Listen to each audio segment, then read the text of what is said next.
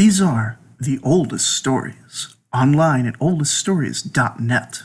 Today we are going to continue the Epic of Gilgamesh with the battle against the Bull of Heaven and the journey to Utnapishtim. This is the most epic part of the epic, the way we normally use the term, with both action and adventure motivated by high emotions. As we begin, Gilgamesh is riding high, leaping from one success to another and enjoying all there is to want in life. And it will all come crashing down when he says some indelicate things to a beautiful woman, and from there he will learn the truth of life and death. But before all that, our story begins at the height of his power. Gilgamesh is in his palace, a massive and luxurious building, currently sitting in his bejeweled and gilded bathroom. And yet for all the statues and precious metals and finery, the most beautiful thing in that room was the wet and naked form of the bathing king of Uruk. 9 foot tall and 2/3 divine, his abs were as solid as the high walls of Uruk. His arms and legs were powerful and dexterous. His face and body were perfectly formed without a single imperfection, and his beard was like a god itself. As he rose from the large steaming bath, water flowing down his smooth golden skin, he shook his full and majestic locks of hair, and Ishtar, goddess of love, who was secretly spying on him during his bath, became wet. As Gilgamesh put his fine clothes back on, the goddess of love and fertility, whose high priestesses were courtesans and whose temples held blessed feast day orgies, stepped from her hiding spot with desire in her eyes. "Come to me, Gilgamesh," she said. "Be my husband, and I will be your wife. So great is my love for you that I have prepared many gifts. A chariot of lapis lazuli, gold and amber, drawn by storm demons.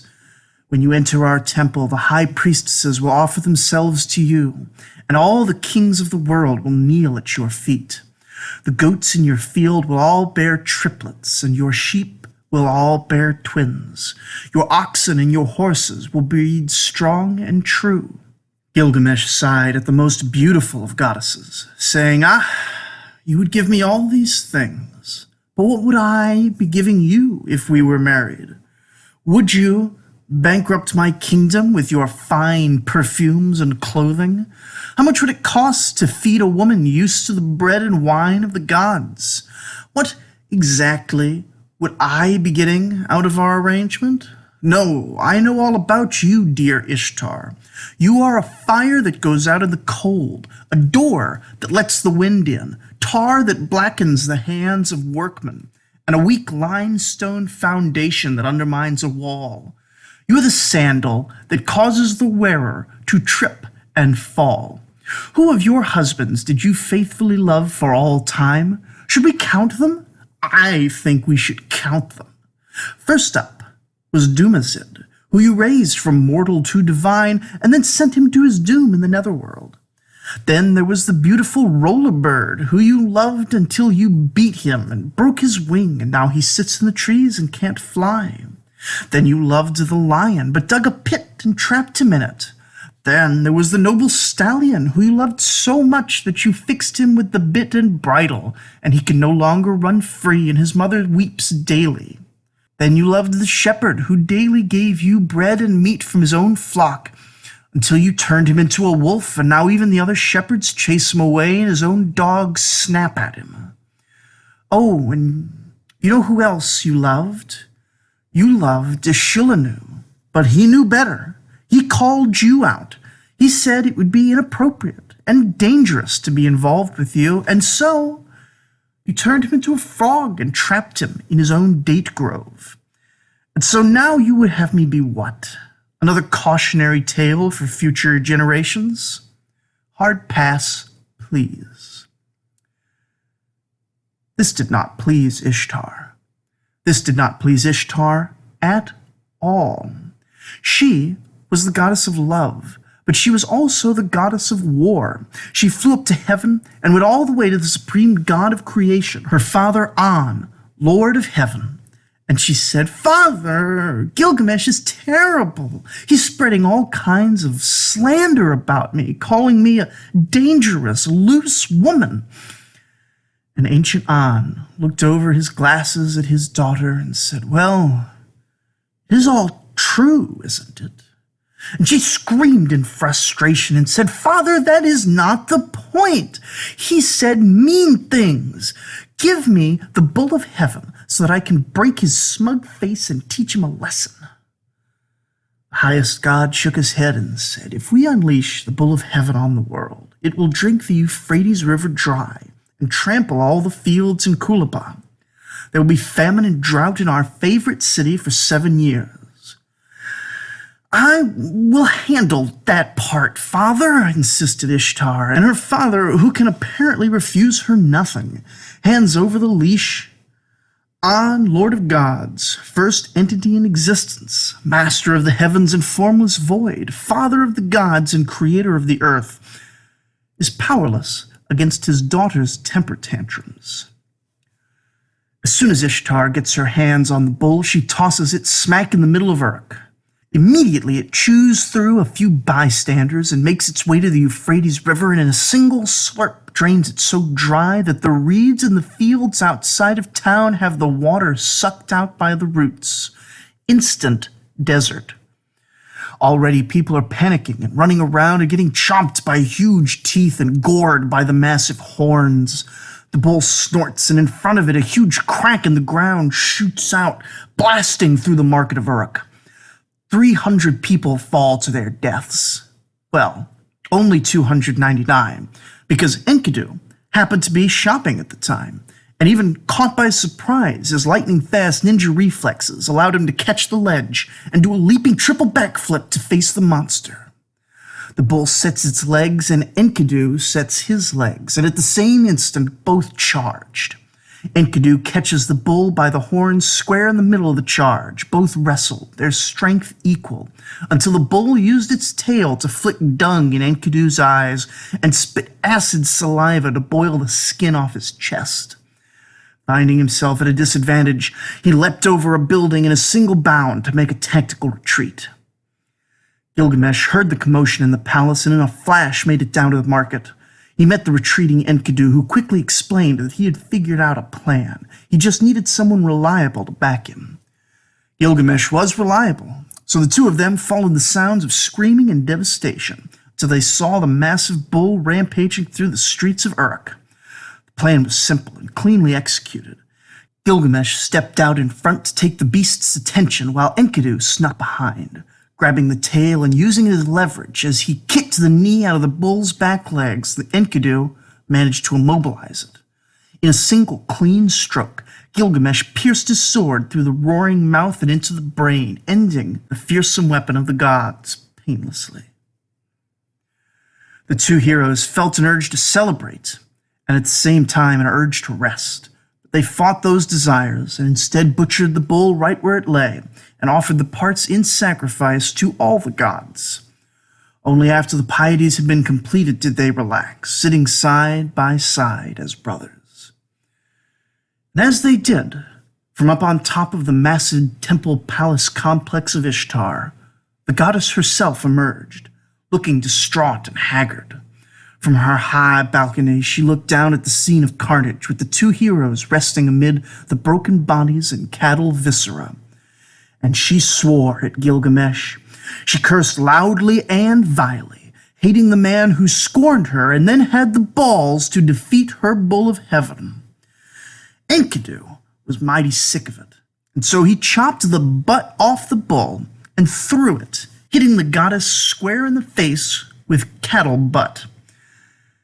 And then she went back inside to gather her high priestesses and temple prostitutes to give a funeral lament for the bull, and to cast a dark magic ritual. But Gilgamesh was already past Ishtar and her vengeance games. Gilgamesh took the bull's huge horns and ordered them gilded and placed above his throne. Then he and Enkidu, all dressed up now, went arm in arm down to the markets and loudly proclaimed their pickup lines to the wenches.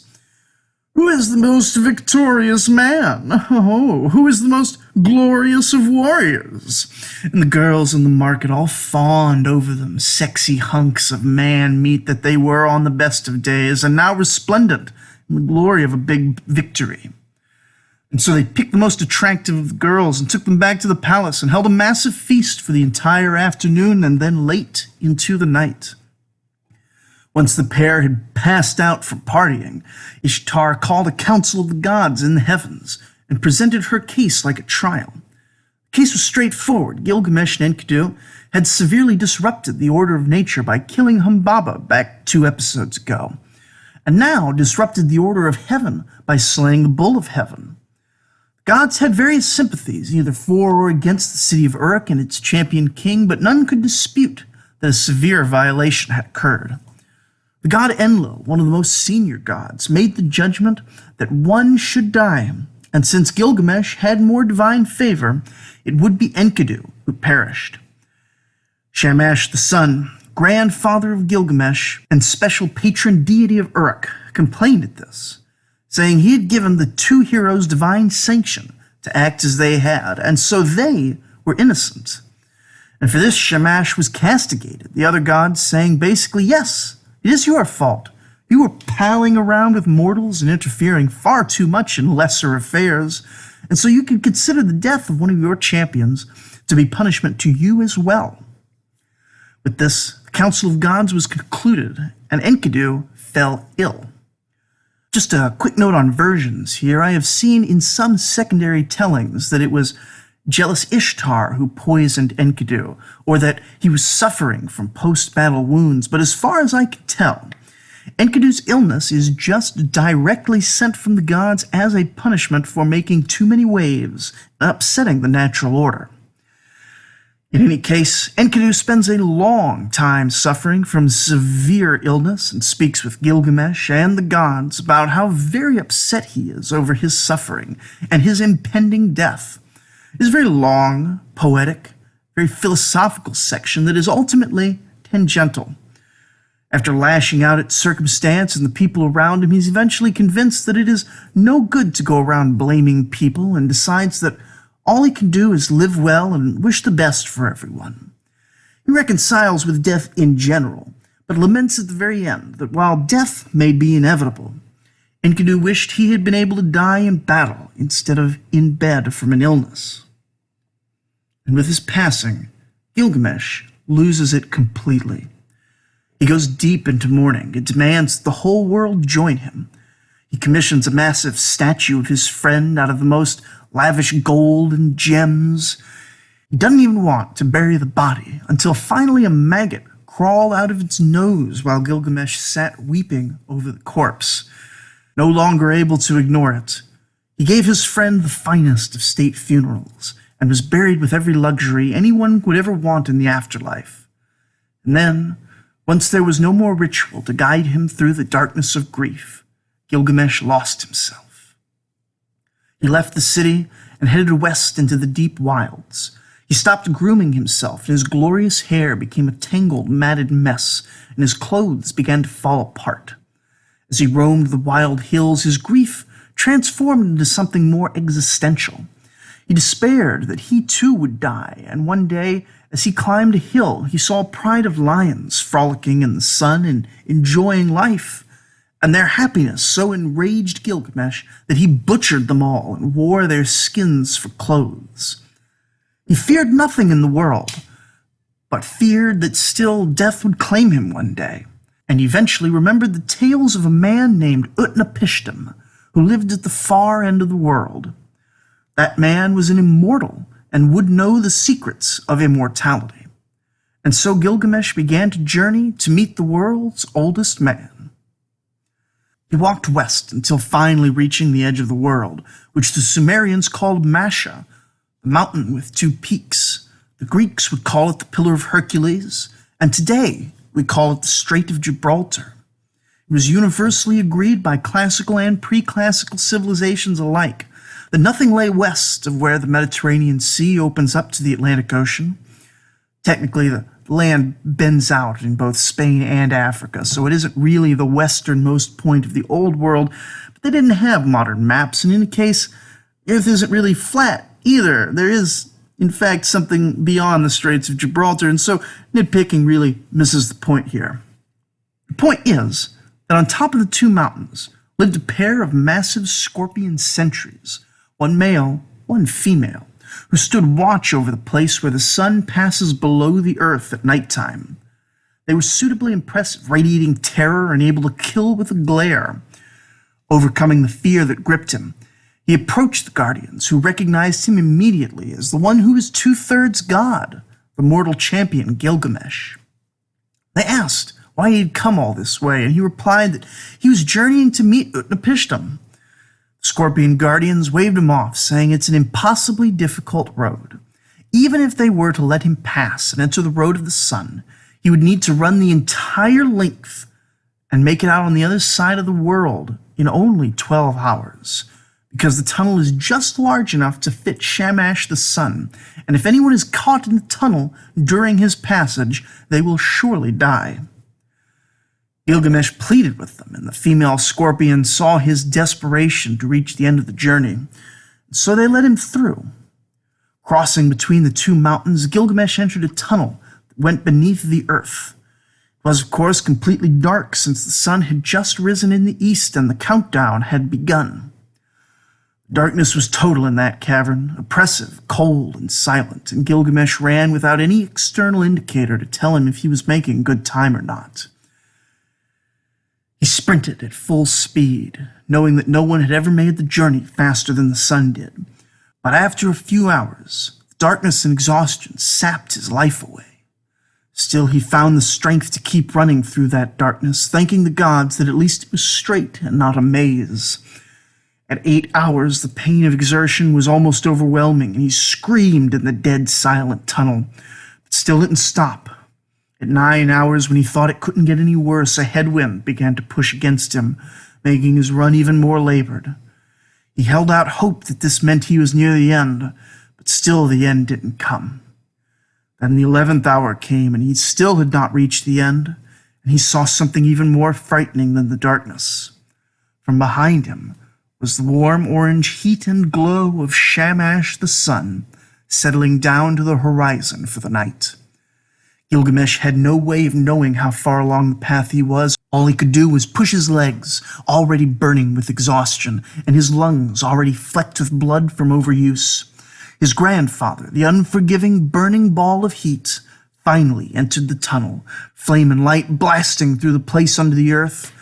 And only moments before the 12th hour, Gilgamesh leapt from the exit that appeared suddenly, his back licked by flames of the sun's passage. And Gilgamesh saw his grandfather Shamash in all his glory, as he passed from the road of the sun to illuminate the next day. And when his eyes adjusted from the dark to the brilliance of the new day, he looked around and saw that he was in a garden. The exit point for the road of the sun was, of course, the garden of the gods, secreted in the eastern mountains with fruits of all kinds, said by some cultures to have been the initial cradle of mankind. And Shamash the sun looked down at Gilgamesh, realizing that he had almost crashed into his beloved grandson along the road of the sun, and asked why would he risk his life for such a foolish thing as immortality. And Gilgamesh replied that he would not sit and rest in life only to then sit and rest in death. He would rather drown in the sun for a brief moment in life, since none who are dead can ever see the sun again. Then Gilgamesh left the garden, walked down to the shores of the Eastern Ocean, and came upon a small winemaking house. Siduri, god of winemaking, saw him first and feared that this lion-cloaked man, burnt, haggard, starving, exhausted, some sort of bandit. She fled into her house and bolted the door, but Gilgamesh saw her run and banged on the door, demanding that she open up or he would burst the door into splinters. She demanded to know who he was. When he announced that he was Gilgamesh, slayer of beasts, king of Uruk, and two-thirds divine, she was skeptical. After all, surely Gilgamesh, whose fame had already reached the Eastern Ocean, would not be so ragged and run down. But Gilgamesh explained his grief from the loss of Enkidu and his own trials since then, and she let him in. He asked if she knew how to get to Utnapishtim, since he was seeking the secret of eternal life. She explained that what he sought was impossible for mortal men, but if he was so determined, he would have to pass through the ocean of death.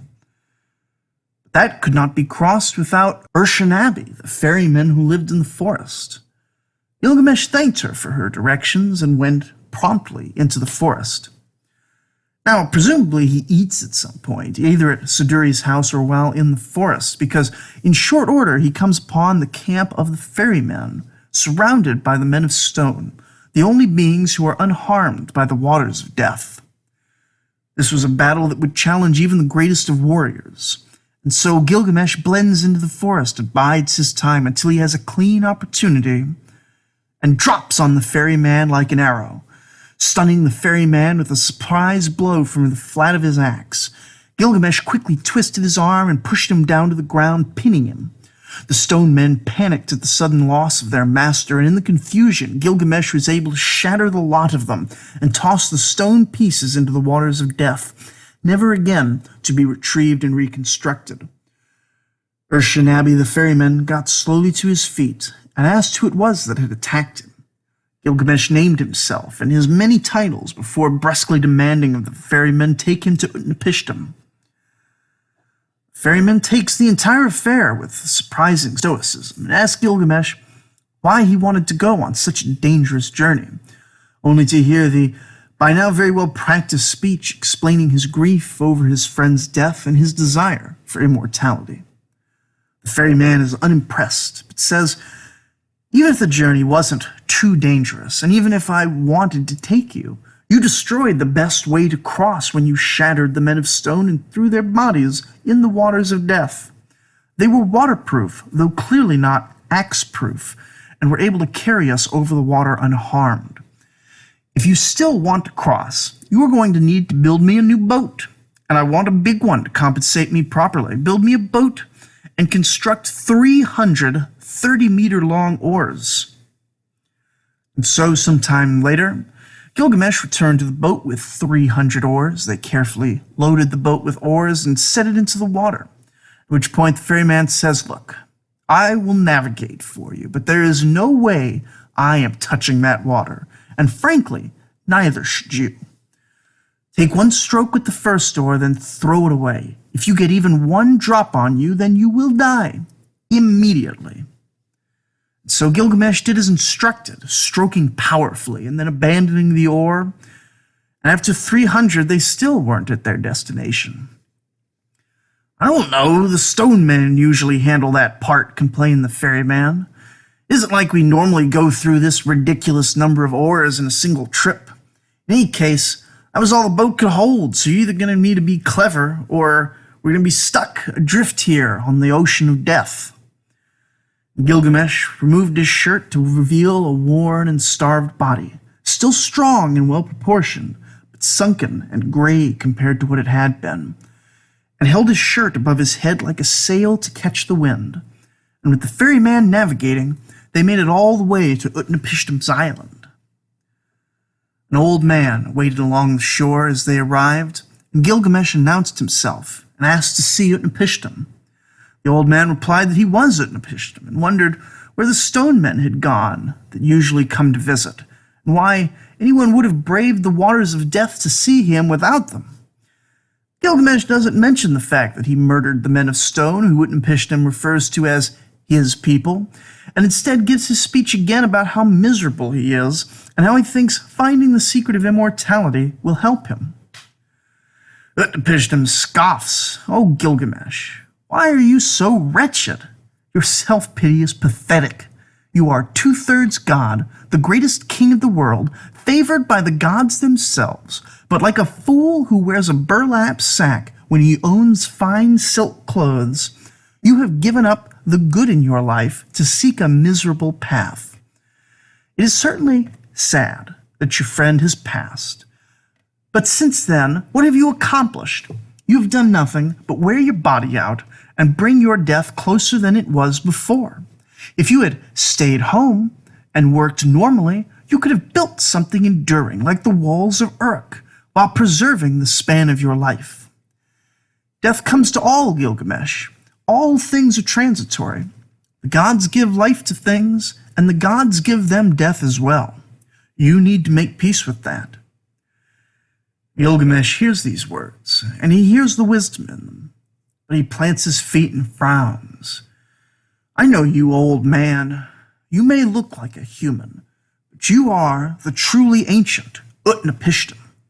You can give all the pretty poetic words about the inevitability of mortality, but you yourself were born a man like me and have somehow achieved immortality. I will have you stop looking down on me and start explaining your secrets. And ancient Utnapishtim sighed and considered, then looked mighty Gilgamesh in the eye and said, all right then, this is my story. Who is this mysterious hermit, and what story does he have to tell to Gilgamesh? There's a lot that happened in this chapter, but behind the trappings of a foreign culture, the tale of the scorning of Ishtar is as universal as gender relations, although admittedly one that is not very kind to the female perspective. Still, love souring, spawning vengeance, and even the bit at the end where Enkidu throws a bull's butt is the sort of petty mudflinging that would have been well-worn narrative even at the dawn of civilization. One subtlety in the latter part of the story that is important to keep in mind is that while Gilgamesh is definitely all broken up over Enkidu's passing, that distress becomes an excuse for his more self-centered fear of death to take hold. Utnapishtim is absolutely right to call him pathetic by the time he reaches the island. Didn't he battle the Humbaba precisely to overcome the fear of death? But still, the world's mightiest king is consumed by his mortality and is no longer quite the glowing lust muffin that he once was. While he does grieve for his partner, Enkidu's death has become just a cover, a fig leaf to hide the fact that he is now dominated by his terror and not at all the man who went into the forest of cedars in full control of himself. But just as this episode we began with our champion at the height of his game, next episode we will begin with him at his nadir. Fortunately, all he will need to do in his weakened state is sit and listen to the old man, at least at first. What secrets will he reveal to Gilgamesh and to us? Join me next time as we witness a secret pact among the gods. We see immortality pass from the world, and we learn methods to gain that immortality for ourselves. Thank you for listening.